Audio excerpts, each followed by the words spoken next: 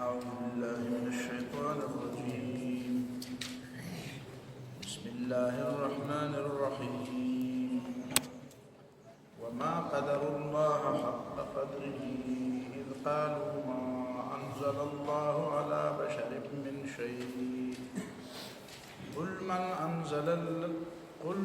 أنزل الكتاب الذي جاء به موسى نورا وهدى للناس تجعلونه قراطيس تبدونها وتخفون كثيرا وعلمتم ما لم تعلموا أنتم ولا آباؤكم قل الله ثم ذرهم في خوضهم يلعبون. دې آیت کې خو یو خبره مخکې تېره شوې وه چې دې بني اسرائیل یهودیان وی چې ما انزل الله علی بشر من شیء، نو گویا کې په ضد کې راغله. کني دا خبره ډېره ګرانه ده چې د یو قوم یا د یو فرقې یا د یو مکتب فکر په یو خبره باندې عقیده او ایمان وي او بیا د هغې نه انکار د دې خو ټول هغه زندگی او دا ټول د یهودیت دا ټول بنیاد په تورات باندې دی. نو تورات نه څنګه انکار نو دا د ضد د وجې نه انکار کله سړی په ضد کې راشي نو د ښکاره نه ښکاره خبرې نه انکار وکړي. دا د انسان ډېره غټه کمزوري ده. ضد د انسان کمزوري ده. د حق د مخالفت یو بنیاد ضد دا نه ده چې یو سړی وایي چې لکه دا خلک ولې نه مني، موږ چاته خبره وکړو چې دا خبره خو د فلانکي غلطه ده، دی وایي یاره دا څنګه عقل مني چې داسې غلطه خبره وایي او دی بیا هم په هغې پسې به روان نو دا خو قرآن تاته ویلي دي وجحدوا بها واستيقنتها انفسهم ظلما وعلوا. کله کله سړی د ښکاره حقیقت نه انکار وکړي. دا ولې ځکه چې ضدي ضد حسد بغیم بینهم سړی په داسې ډلهبازۍ کې راشي یا د مفاداتو نه مرعوب شي یا د نفسانیت نه مرعوب شي یا د چا په محبت کې ډېر زیات مخکې لاړ شي یا د چا په دشمنۍ کې ډېر زیات مخکې لاړ شي. دا ټول څیزونه هغه دي چې دا سړی د حق نه منې کوي. ډېر زیات د محبت هغه د حد نه تجاوز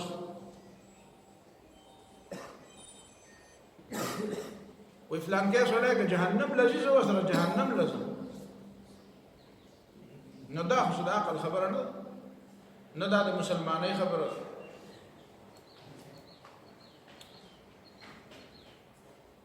یو صاحب ما ته د طالب علمۍ په زمانه کې وي وایي ته د مولانا مودودي سره څومره محبت کوې؟ ما چې څومره محبت د پیغمبر نه علاوه د یو عام مجاهد عالم او د الله د دین د خدمتګار سره کېدی شي هغه مره محبت مې ورسره دی.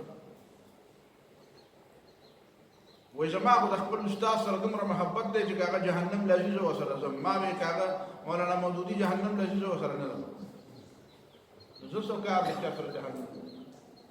زه جهنم نه د بچ کېدو دپاره دا وایي زه مړه بیا ستا سره بیا مینه نشته، باید داسې مینه خو نه ساتم چا سره. نو دا غلو فی المحبت ده. حالانکې زمونږ په باره کې به خلک وایي چې دا خو د مولانا مودودي داسې دی چې بلکل نو په پټو سترګو خو جهنم له ولې ځم د چا سره؟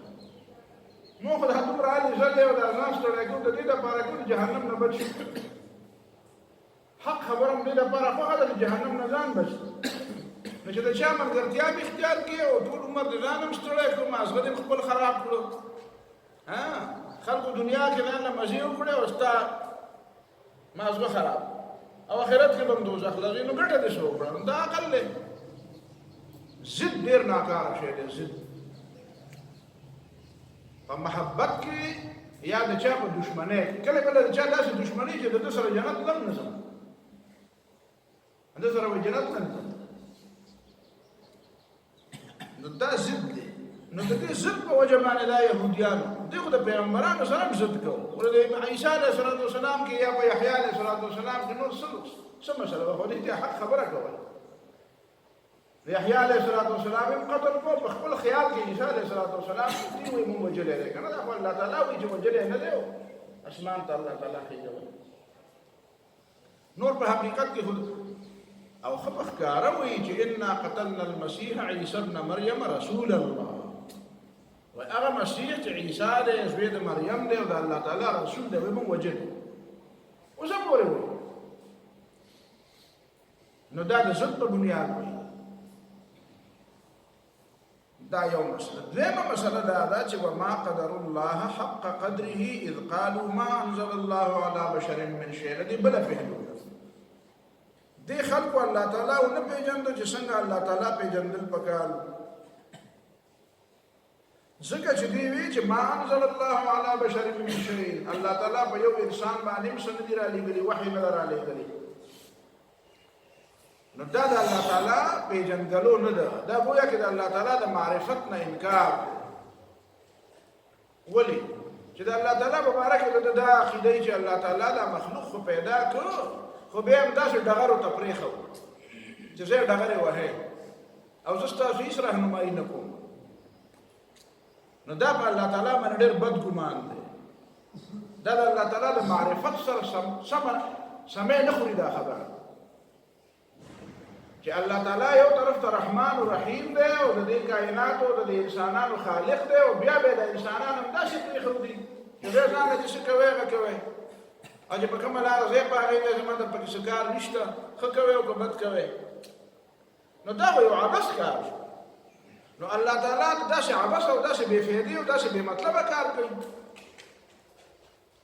څنګه چې قرآن بل ځای کې وایي افحسبتم انما خلقناکم عبثا وانکم الینا لا ترجعون ستاسو دا ګمان دی چې ما تاسو بې مطلبه پیدا کړي تاسو ما ته واپس کېږئ نه فتعالى الله الملك الحق د داسې قسمه عیبونو نه او نقصاناتو نه او د داسې قسمه کمزورو نه خو الله تعالی ډېر بالا او برتر او پاک او اوچت دی ځکه چې هغه په رښتینې بادشاه دی نو د دنیا د بادشاهان چې ځان د بادشاهان وایي او چې لږ ډېر عقل پکې هغه هم داسې فضول کارونه نه لکه د دې ساده مثال ته ووایه که نه یو سړي ته سړی لکه په یو نوکر یې په جیب کې ورله پیسې ور واچي دا دونه پیسې واله او لاړ شه کراچۍ ته او هلته په لاره کې ورته وایي چې لکه په نوخار کې به دمه وکړي او په پنډۍ کې به دمه وکړي او په لاهور کې به دمه وکړي او په ملتان کې او په بهاولپور کې او په شکارپور او هلته یې ورته نوکران او خلک هوټل او کمرې ورله بوک کړي او وایي کراچۍ ته به لاړ شي او هلته به کال او دوه کاله دا به وخت تېر کړي او بیا به راځي څه نه به ځي په دې لاره کې دا دومره انتظامات تا دپاره کړي دي خلک یې تا ته سټانډ ټو ودرولي دي لاس په نامه چې هلکه دا سړی درشي نو تاسو به یې نور خدمت به یې کوئ او بیا واپس راوغواړي او نه ورته هغه وایي چې زه به هلته کراچۍ ته ځم نو څه به کوم یعنې کم از کم سیل به کوم نو دا سیل خو یو کار خو دی که نه دا سیل دی ولېږلی فرض ته چې هلته به چکر ولګی و سمندر غاړه به ویني نو چې هېڅ هم ورته ونه وایي او هغه هم چې دا تپوس نه کوي دا دونه پیسې دي او دا دونه خلکو ته دي وایي چې زما خدمت کوئ نو زه څه ده او بیا واپس راشي ووایي نو خلک به وایي چې دا خو هسې فضول سړی دی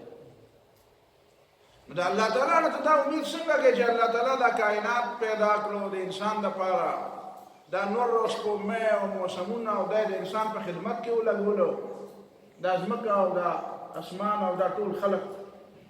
یو مخلوق او بل مخلوق دا د انسان ته ملائکو ته وایي سجده ورته وکړي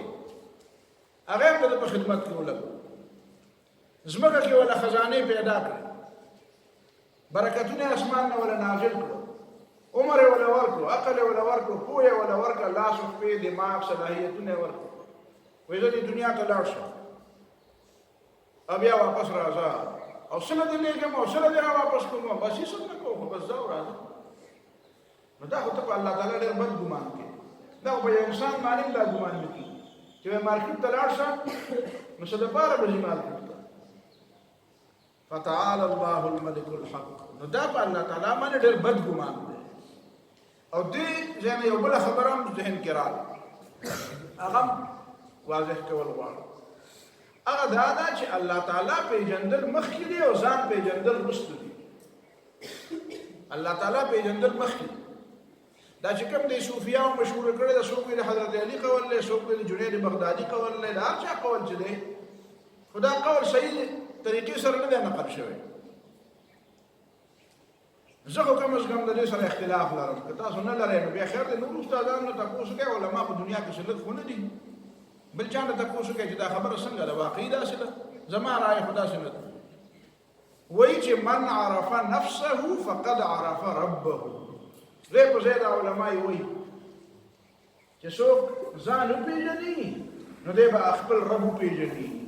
نو زه دا خبره خو الټه ده، مخکې به ځان پېژنې که مخکې به رب پېژنې. چې تا رب نه یې پېژندلی نو ته ځان نه شي پېژندلی. سوال نه پیدا کېږي چې تا رب ونه پېژنې او ته ځان وپېژنې. ځان پېژندل وروسته دي، رب پېژندل مخکې دي. رب به وپېژنې نو د هغې نه بعد به ځان پېژنې چې اوس زما څه ذمه داري ده، زه څه شی یم. او که ته وایې چې زه مخکې ځان پېژنم نو کله به ځان ته به د خدایۍ نسبت وکړي، نو بیا به د رب د پېژندو لارې به په ځان په خپله بنده کړي، هیومنیزم شکار به شي. او ځان چې پېژنې نو د ځان د پېژندو ذریعه به شي، د ځان د پېژندو ذریعه به شي. د رب د پېژندو ذریعه خو دا کتاب دی، پیغمبر سنت دي، نو دا خو مخکې پېژندل دي. نو چې الله وپېژنې، رب وپېژنې دا کائناتو، نو بیا به وپېژنې چې اوهو دا خو د رب دی او دا د کائنات جوړ کړي دي او زما پکې دا حیثیت دی، نو زه یې بنده یم. نو د بندګۍ چل به د خدای نه اجده کړي، د پیغمبر نه به اجده کړي. او دی وایي نه ته مخکې ځان وپېژنې، نو چې ځان تا ونه پېژنده بیا به تا ته خدای پاک وایي چې نه ته داسې نه یې داسې یې. ته به وایې نه ما مخکې ځان پېژندلی دی، ما ته یې مخکې ویلي چې مخکې ځان وپېژنه. نو د ځان د پېژندلو ذریعه به شي. د رب پېژندل دا د کائناتو د پېژندلو ذریعه ده. د رب پېژندل رڼا ده. چې ته رڼا نه نو ته به څنګه پېژنې؟ کنده او کنه. الله نور السماوات والارض ومن لم يجعل الله له نورا فما له من نور. نو د رب پېژندل معرفت دی. الله ولي الذين آمنوا يخرجهم من الظلمات الى النور. رب به ځکه پېژنې چې هلې د تیرې نه رڼا ته وباسي. دا بنیادی خبرې. او دا د تورات مبارکې د تحریف دلیل دی. تجعلونه قراطیس، قرطاس، کاغذ ټوکړې ټوکړې، پاڼې پاڼې، پښتو کې داسې وایي تجعلونه قراطیس. تاسو دا د الله کتاب پاڼې پاڼې، وایي دا کتاب یې وشله او پاڼې پاڼې. نو تاسو د الله تعالی د کتاب تورات پاڼې پاڼې څنګه تبدونها وتخفون کثیرا، چې د مطلب تاسو خپل مطلب یې پکې نه ښکاره کوئ او کني نور ډېر خو پټوئ. اکثر مطلب هم په پټولو کې دی، او چې کوم ځای کې ښکاره کول مطلب یې نو هلته ښکاره کوئ. دا پټول دی دا غټه ګناه ده. نن سبا خلک وایي دا ښکاره کول، د یو څیز ښکاره کول دا ورته ګناه ښکاري. ښکاره کول خو د پیغمبر کار دی، بیان، تبیین، وضاحت. لتبین للناس ما نزل الیهم، بیان بکې، وضاحت بکې. څوک چې وضاحت نه کوي نو حقیقت کې دی پټول کوي. یو مطلب دا شو. دویم مطلب دام دی تبدونها وتخفون کثیرا. دام تخفونه دی چې روغ صورت دی او ته په دوه ټکو کې د مطلب بیانوم. نو دې څه مطلب خفه کېږي؟ ما اوس د دې شي مخالف وایي د پلان کې صورت خلاصه بیان، خلاصو دپاره دا بدعت. صفا خبره دار دا خلاصه بیانول بدعت. خلاصه الله تعالی کتاب دې دپاره رالیږلی چې پوره بیان وکړه. لتبین وما انزلنا الیک الذکر الا وما انزلنا الیک الکتاب الا لتبین للناس. پیغمبر علیه الصلاة والسلام د بیان کې د هر یو لفظ او د هر آیت بیان ده. علماء ته هم ویلي دي چې لتبیننه للناس ولا تکتمونه. تاسو به بیانوئ، نو بیانول خو مزید وضاحت ته وایي. او دې را لنډي را کمي وینا نه وای دا دومره صورت دی خو په دې دوه ټکو کې دا مطلب دی دا څه شوی دا خدای مقصد خلاف دی چې کوم مقصد د پاره الله تعالی علم درکړي مزید بیان د علم ذمہ دار د علماء ذمہ دار د پیغمبرانو ذمہ دار د علماء ذمہ دار دا د خلاصه و عالم په دې پیژندګي چې د صورت خلاصه مې ته پټه کې نه کته په دې کې ما کوي د تنين راوړم یم دا په نه زموږ شو چې د پټانه څه غواړم چې ته ما نه خلاصه بیان او پلان کې د عالم دی په 2 منټه کې په 15 منټه کې د ټول صورت خلاصه بیان نو دا ښه کار وکړو دا ښه کار د الله تعالی بیان کاو د مزید مجمل ها نو دا دوه خبرې یاد ساته وعلمتم ما لم تعلموا انتم ولا آباؤكم او تاسو ته خو دې شو هغه چې تاسو نه پیژندو نه تاسو نه تاسو پلارانو دا قرآن دا پلارانو دا ذکر دا د پښتو کې هم دا شته پلار کوم نه پته نشته پلار دې په نه پوهیږي نو قرآن هم وایي چې ما لم تعلموا انتم ولا آباؤكم نه ته پوهیږئ نه په پلار کوم دا واضح خبره ده خدای د قرآن د استدلال ما لم تعلموا دینه مطلب دا نه چې هغه ټول ارس ما لها و ما لها و ټول معلوم دا ځینې خلک وایي دا پوره کنه وعلمتم ما لم تعلموا تاسو ته وایي ما عام دی ټول ارس ته وخود الشيخ سيد الله تعالى وبخي مولانا عبد الرحمن صاحب هغه خدای دا مې ومنه چې تاسو ټول ارس خودلې دي نو وایي زما په دې جیب کې څو پیسې او ما سار څه خورلې او ما خام به څه خورم او زما عمر څومره دی کله پیدا شوم او کله عمرم نو بیا به نه دا ما ته پته نشته ته خو ما لم تعلموا کې ما عام دی اصله معلوم دا ما لم تعلموا من الشرائع حرام حلال د هدایت او د ضلالت سره د فلاح او د خسران سره چې کوم خبرې متعلق دي د انسان د کامیابی او د ناکامۍ سره چې کوم خبرې تعلق ساتي د هدایت او د گمراهۍ سره چې کوم خبرې تعلق ساتي د حرام او حلال سره چې کوم خبرې تعلق ساتي دا غیا شرایع یادې شرایع دا مطلب نه دی چې غیب تاسو ده نو دی خو جواب نشي کولای قول الله تو دا خو الله تعالی را لګلې ثم ذرهم في خوضهم يلعبون بیا پرې چې بیا لګیږي ځان بیا پرې ځان لګیږي مولانا ابو الرحمن صلی الله تعالی وبخي چرته یو مولا سره مناظره هغه زمانه کې د مناظرې ډېرې زیاتې دا په دعا مناظره ده او دا په امین مناظره ده او دا په بل څه شی اسقاط نه دا اسقاط اسقاط خو بل اسقاط دی په هغه مناظره وکړه هغه عبارت شنه دی په دې بل اسقاط مناظره کوله حیله اسقاط نو دا مولانا سم چرته یو لفظ یو مولا چرته وښوکو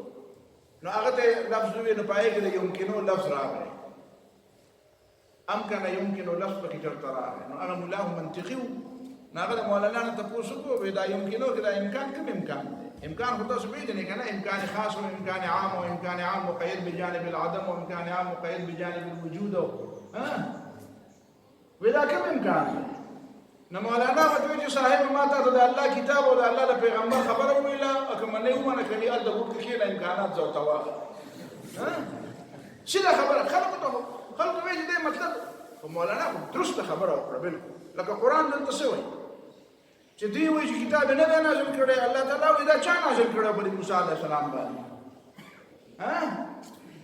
او تجعلونه قراطیس تاسو چې پرانی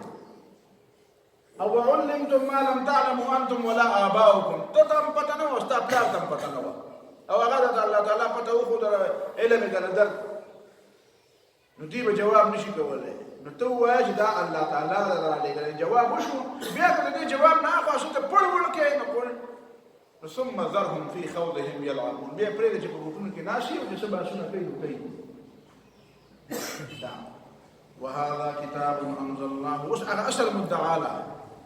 چې دی خو ویلو مطلب خو د دې په قرآن په نفي کې وکنه مطلب خو د قرآن د نازلېدو او د قرآن د وحي کېدو نفي کوله چې ما انزل الله على بشر من شيء اصل مقصد کې د تورات نه انکار نه او په ځل کې راغلی نو ځکه نو اوس الله تعالی اصل مدعا ثابتوي چې وهذا كتاب انزلناه مبارك مصدق الذي بين يديه داش کتاب دی چې موږ نازل کړی دی مبارکون برکت والا کتاب خیر نه ډک د دې لوستونکي په دې پوهېدونکي په دې عمل کوونکي فردي که معاشري هغې کې به خیر او برکت او مصدق الذي بين يديه دا تا د تورات او د دې کتاب په منځ کې دا جګړه ولې جوړه کړه قرآن خو د تورات تصدیق کوي تا به دا سوال هله کولی او تا باندې به دا خبره بده هله لګېدی چې قرآن ویلی چې دا تورات د الله تعالی کتاب نه و نو قرآن خو د تورات تصدیق کوي نو جګړه خو تا جوړه کړه یعنی جګړه چا جوړه کړه اول جګړه یهودیانو جوړه کړه چې عیسی علیه السلام یې ونه منو عیسی علیه السلام د الله تعالی پیغمبر عیسی علیه السلام یې ونه منو یهودیانو نه جګړه شروع شوه بیا یهودیانو عیسایانو په شریکه د پیغمبر علیه السلام خلاف جګړه شروع کړه چې نبی علیه السلام بعثت وشو نو نه یهودیان ومنو نه عیسایان ومنو او الزام به موږ لګوي تاسو جګړې شروع کړې نو اختلاف چا شروع اختلاف به یهودیان شروع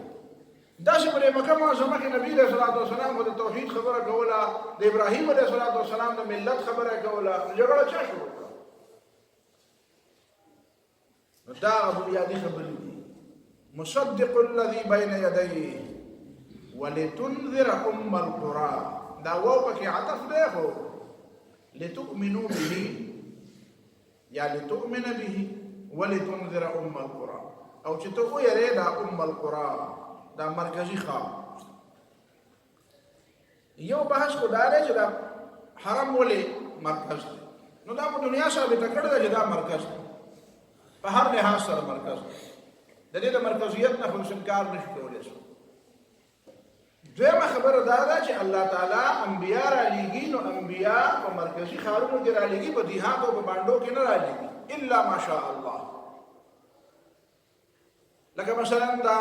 یوسف علیه السلام چې خپل ورونو مبارکې وایي او مور او پلار ته وایي چې وجاء بکم من البدو نو هلته یې پیدا کړه خو رایې وسته بیا ښار او په هغې کې الله تعالی حکمتونه نو قرآن بل ځای کې وایي چې وما كان ربك مهلك القرى حتى يبعث في امها رسولا يتلو عليهم آياتنا وما كنا مهلك القرى الا واهلها ظالمون سورة القصص کې حتى يبعث في امها رسولان الله تعالی په مرکزی ښارونو کې را لېږي دې مطلب دا دی چې مرکزي ښارونه چونکې مرجعي خلک د خپلو ضرورياتو پوره کولو دپاره هلته راځي نو چې هلته راځي نو د پیغمبر د دعوت نه به خبرېږي د پیغمبر مقصد هم دا وي چې ما د یو داسې طریقه اختیار کړې چې زما دعوت خلکو ته ورسېدی او غټو خلکو ته ورسېدی ذمهدارانو ته ورسېدی حکمرانانو ته ورسېدی نو فی امها رسولا په بنیادي ښارونو کې په غټو ښارونو کې دا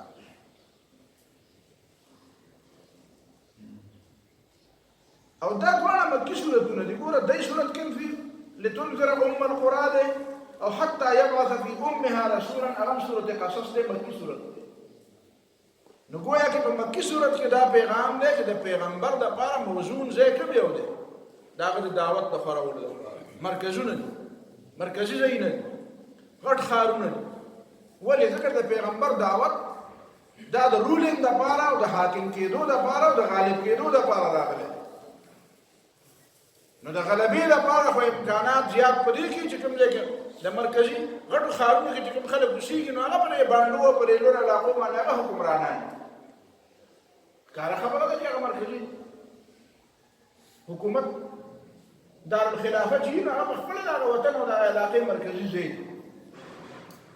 نو یو په دې وجه باندې د پیغمبر دعوت دپاره دا ممید او معاون شي چې ښارونو ته زیات خلک راځي نو هر سړی به خبرېږي چې هلکه داسې لکه مکې معظمې ته خلک راتلل به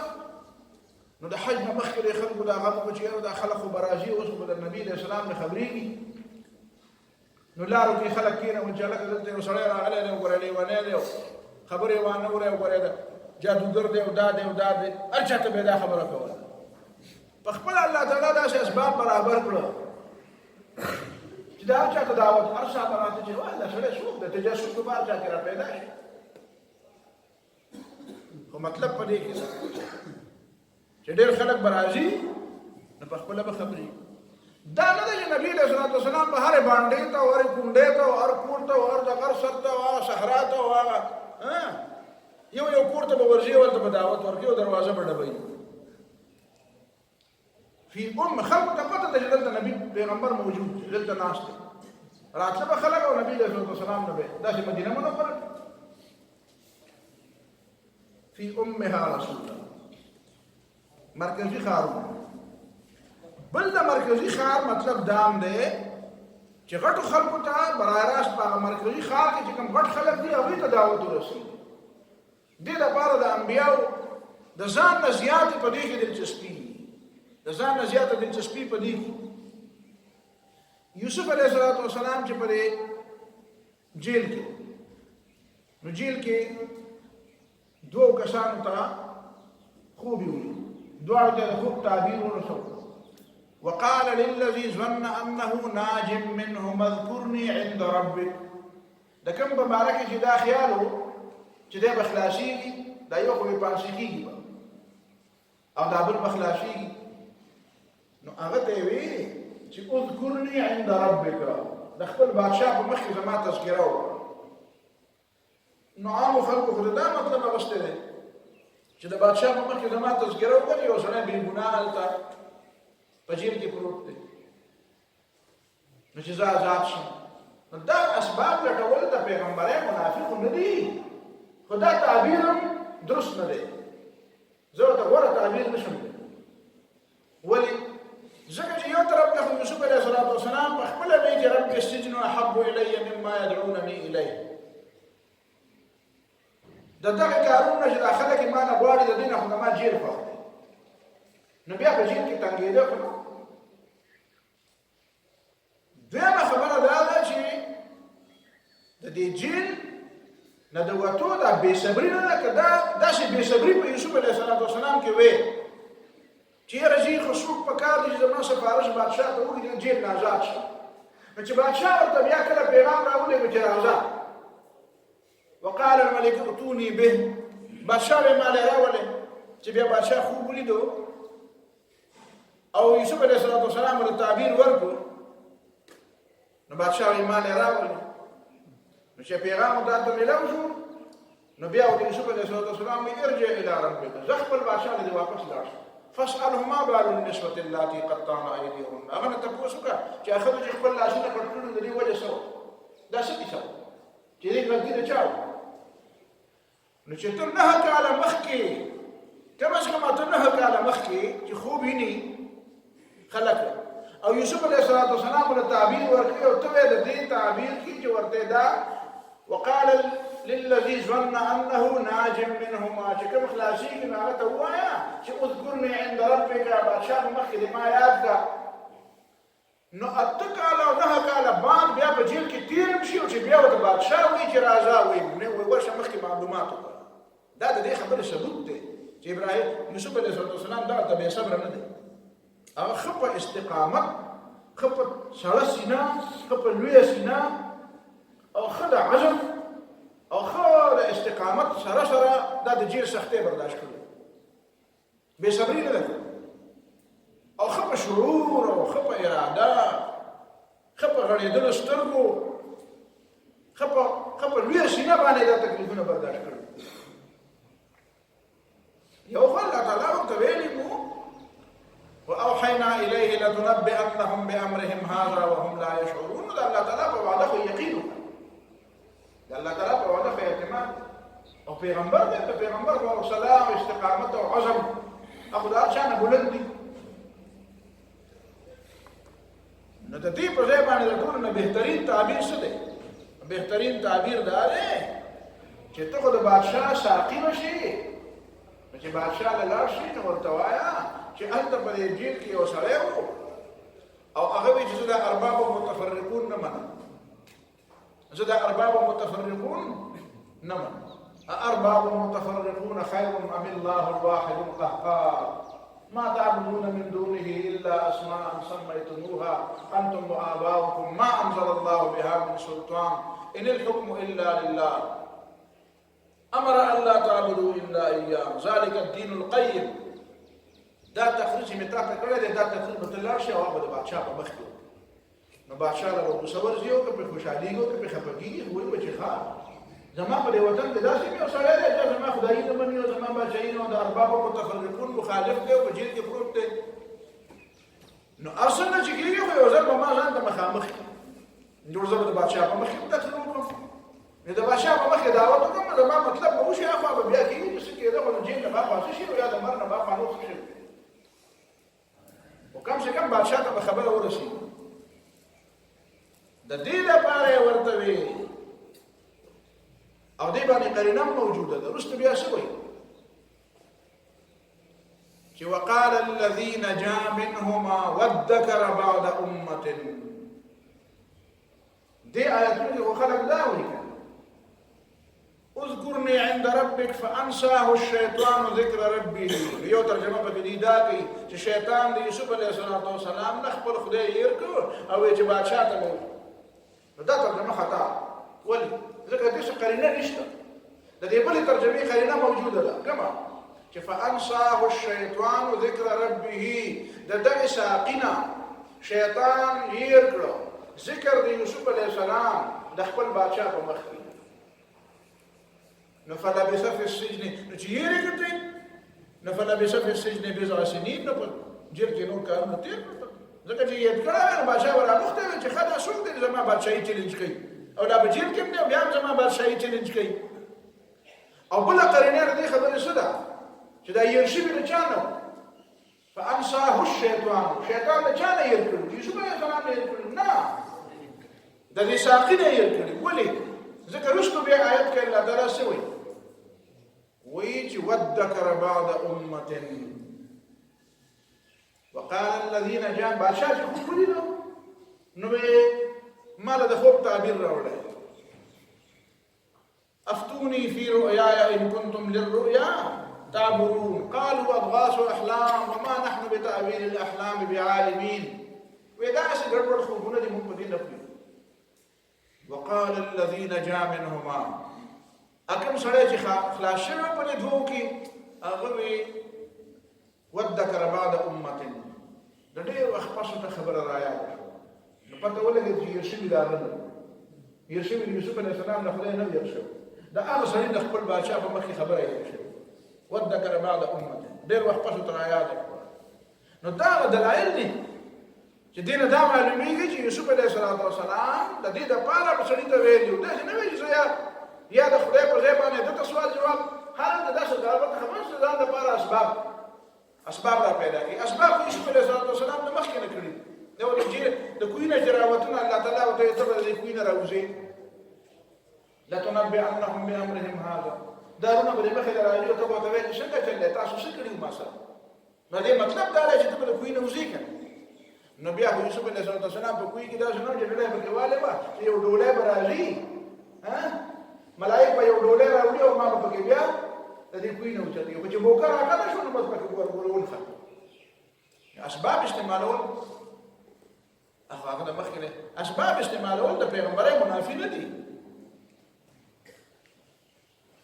دا چې خپل ځان صفایي کول په جبا چې خځې په الزام ولګو چې ما جزاء من اراد باهلك سوءا ته ورستا په کور کې مسیږي او دا خبرې کوي نو دا وتوي هي راودتني عن نفسي دا مطالبه زماره طرف نه ده دا مطالبه خو د دې طرف نو خبره دا ده چې یوسف علیه السلام چې چلته ویلې په بادشاہ د دې به ګناه ولې یې منه دا خبره بس د پیغمبري منافق نه و او کړي نه ده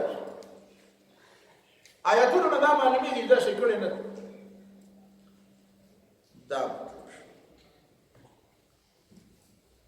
نو ولتنذر القرى کې میدان مختلف دی چې القرى اوس مصر دی کنه نو هغه کې دا فائدہ ده چې یوسف علیه السلام دعوت شیده برای راز بادشاہ ته ورسېد دا باندې نه چې بادشاہ صاحب ته راشي نو په کې بس دې کې شي نو دا چې زیاده ورته چې دا غزان استا دعوت ډیر زیات خوري ډیر زیات خوري مطلب چې ته هم د پیښور نه باندې ته راغلی زه دې جواب بتاسو حاجی بیا بلا شو پیښور ولتنذر أم القرى ومن حولها ولتنذر أم القرى ومن حولها جتو يري أنا مركزي خار مكة مركزي خار أو سوق شديد شافير والذين يؤمنون بالآخرة يؤمنون به وهم على صلاتهم يحافظون چکم خلق ایمان لري په آخرت نه په دې قرآن ایمان لري قرآن باندې ایمان د لرم نه پس په آخرت باندې په مخکې به آخرت باندې د آخرت د عقیده دا شدا چې دا دې نه مری نو ته په ایمان ته د خدای باندې قرآن اثر نه کوي قرآن سورۃ قاف کې څنګه وي فذكر بالقرآن من يخاف وعيد د دې قرآن په ذریعہ باندې هغه چاله نصیحت ورکا چې څوک زمانه د دمکونه او د بعضونو یقین ان في ذلك لآية لمن خاف عذاب الآخرة ذلك يوم مجموع له الناس وذلك يوم مشهود ان في ذلك لآية لمن خاف عذاب الآخرة دا واقعات چې الله تعالی بیانوي نو دې کې نخې دي خو نخ خدا چا لپاره دي خو فایده ته شو کوي لمن خاف عذاب الاخره شو د اخرت د عذاب نه یې د چا ځکه چې د اخرت یاره نه یاره باندې د قران خبرې اثر نه کوي اشه ګوره باندې دا په هغه چې اثر کوي چې په دې پوهیږي دا دنیا عارضی ده او دې نه بځي او بل دنیا بل عالم را روان او غیر لازمان تل نو دلته او هم على صلاتهم يحافظون بیا په خپل عقیده په ایمان باندې عمل کوي نو دا عمل لپاره به یو مثال پیش کړو نو موږ مثال پیش کړو نو موږ ولر ځاته هم عبادت دی دا موږ د خلکو په جندل نه دی والله دا موږ د خلکو په جندل بیا مسالې په ډیر اسان دا دومره سردردي ته بدل چې څومره سردردي کوو نه دې دومره سردردي ته باجت نه موږ نسو خبر نه په دې موږ څنګه چې څونه حکمتونه څونه مصلحتونه څونه بده کې زمون خلک مونږ اول کوي نه چې مونږ کوي نه به جمعه دا مونږ گزار دي مونږ ورګزار کې به د جمعه راوځي ورګزار مطلب دا نه چې گزارنه دا مطلب دی چې دا مونږ بیا جمعه ته بیا بار ته نه یا چې ما مونږ کړل بار ته نه یا چې ما مونږ کړل یعنی تاسو دې مونږ ته ګورئ په دې کې کدا چې 15 غنټې داس پر سره مونږ باندې وکړو نو د دې مونږ حکمتونه او مصلحتونه به پوره نشي واځي اشارات ته صفایت ګوره د مسلم یو کوي خو تاسو د خپل جامو غمي یا لکه جامې مسخان تاسو د خپل وخت د وختونو پتر ته لګي ټایمونه د وختونو پابند در سړی د وخت ضایع کیږي ولې چې وختونه زیب راځي او څه د پته نه وي د وخت دی او دا وخت په 15 والا پیری ته احساس کیږي چې وخت دی ټایم ډیسپلین نظم و ضبط د وخت پابندي صفائی بیا اجتماعیت او انفرادیت دواړه انفرادیت هم ځان نه کوو او جمع سره کوو بیا دا چې امام دی جمعات دی مرکزیت دی په علاقه کې دا په یورپ کې داسې ځایونه خو نه وي نو لکه دا کمیونټي سنټر دی دا خلک په یو سره په کوم ځای کې کینی پاسي